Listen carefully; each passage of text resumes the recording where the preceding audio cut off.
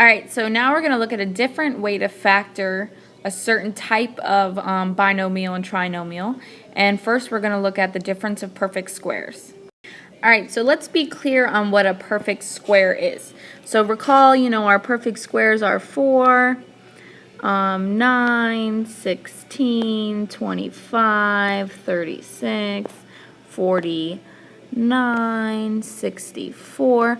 Why are those guys perfect squares? Because I can write them as a number times itself, or a number squared. 2 squared, 3 squared, 4 squared, 5 squared, and so forth. Okay, you get the idea.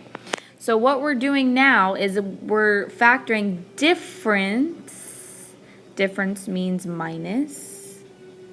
Okay, difference of perfect squares.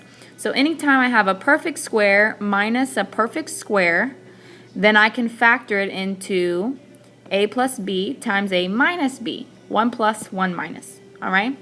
So, for example, here I have x squared minus 9. Well, x squared is a perfect square, and 9 is a perfect square. Why is 9 a perfect square? Because I can rewrite this as x squared minus 3 squared.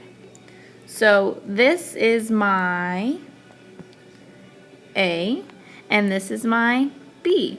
So when I factor it, I do x minus 3 times x plus 3. Okay? Now the fact that one of these is a minus and one of these is a plus, when I multiply it back through, look what happens. X times x is x squared. X times 3 gives me 3x. Now negative 3 times x gives me negative 3x. Negative 3 times positive 3 gives me negative 9. So as you can see, that middle term cancels, and that's why I'm left with just x squared minus 9, my difference of perfect squares. All right, so let's factor these guys out. 16y squared minus 49. So the first thing you should be thinking to yourself is this a perfect square? Okay, is this a perfect square? Is this a perfect square? Is this a perfect square? Well, 16 is 4 squared. Y is obviously squared. And then 49 is 7 squared. So I can write that as 4y squared minus 7 squared. So here is my A, and here is my B. All right? Now, you're going to get to a point where you skip this step, but I'm just showing you the long way for right now. So when I factor this, I'm going to have 4y minus 7 and 4y plus 7. Okay? And if you multiply that back through, you'll get what we started with. Now, this is just kind of a silly example, but I just want to show you that it's always a perfect square minus a perfect square. So 4 is 2 squared, smiley squared, minus 8 squared, sad face squared, would factor into 2 smiley face minus 8 sad face times 2 happy face plus 8 sad face. Okay, so it's always difference of 2 perfect squares. And yes, I'm just going to let you admire my dolphin picture and not make a comment about it.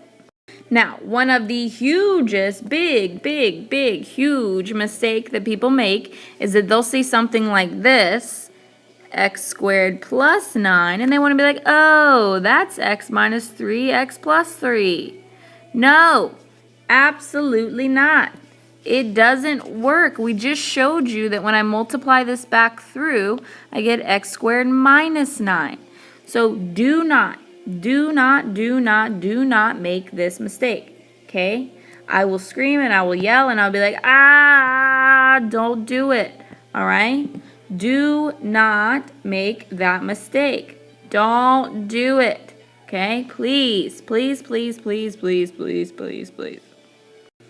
Sum of perfect squares does not exist, all right? We cannot factor that. All right, so now we're going to look at perfect square trinomials. So remember, trinomials means that we have 3 terms now. All right, so again, we kind of have a formula for these guys. Perfect square trinomials is any time the first term's a perfect square, okay? So the first term's a perfect square like x squared. The last term's a perfect square, okay? And then the middle term is very, very special. The middle term is going to be the square root of the first term, the square root of the last term, times 2. All right? Now, whenever we factor that, we're going to get a plus b quantity squared. Now, this also works whenever we have a minus here. Now, what happens? If there's a minus there, then there's a minus here. Notice, if there's a plus here, then there's a plus here. Okay? Now, I want you to see something. This back term is always positive. Plus, plus, plus, plus, plus. That's because whenever I square something, it's always positive. All right? So these terms, the ones that are squared, should always be positive in order to be a perfect square trinomial. All right. So before we factor this, we need to check a few things. Is the first term a perfect square? Yes, it is. X squared is x times x. Is the last term a perfect square? Yes, it is. It's 9 times 9. Now remember, this middle term has to be 2 times the square of the first term times the square of the last term. So that means that our middle term should be 18x. And it is, all right? It is 18x. Now, since I have a minus sign here, that means when I factor this, it's going to be x minus, so remember, it's always the square root of the first term. I take this sign right here, he plops down, and then it's the square root of the last term. Quantity squared, okay? Now, I want to show you that this works, because remember, that's like saying x minus 9 times x minus 9. Well, let's multiply this guy out to show that this works. X times x is x squared. X times that, negative 9x. Negative 9x.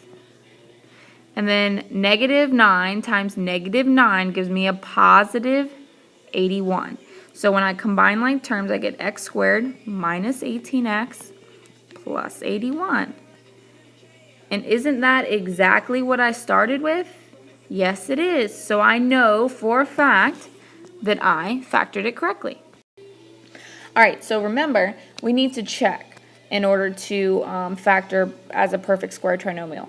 The first term, can I write that as a perfect square? Sure. It's going to be 3r quantity squared. Can I write the last term as a perfect square? Well, the number 4 is a perfect square, but it has this pesky negative in front of it, okay? So I cannot write this as a perfect square trinomial because of this negative sign, all right? Now let's look at this example. What if I had the same exact thing except for I didn't have a negative in front of the 4, I had a positive? Well, the front one is 3r quantity squared. The back one is 2 squared, so far I'm fine. But remember, we still have that thing that we need to check on the middle. So when I multiply those two things together, I get 6r, and remember we have to double it, which is not 16. When I double it, I get 12r. So that is what I need in the middle, but I don't have that. Therefore, I cannot factor this. Okay, this is not a perfect square trinomial. All right, so what about this guy? So we have a few things to check. The first one, 9's a perfect square, a squared's a perfect square. 4's a perfect square, y squared's a perfect square. Okay, so this is going to be 3a quantity squared. This guy's going to be 2y quantity squared.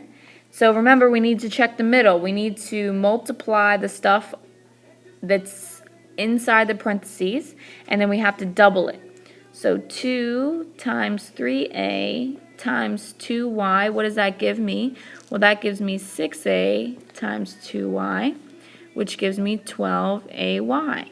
Well, that matches up with what I have in the middle. Therefore, I can factor this into 3a. What sign do I have here? Well, remember, it's always whatever this sign is, minus 2y.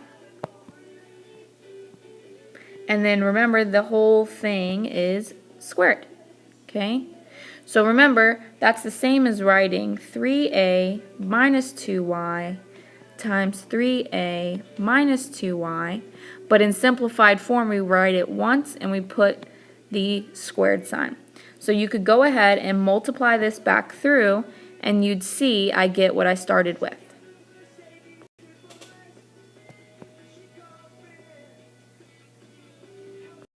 Alright, now give these two a try.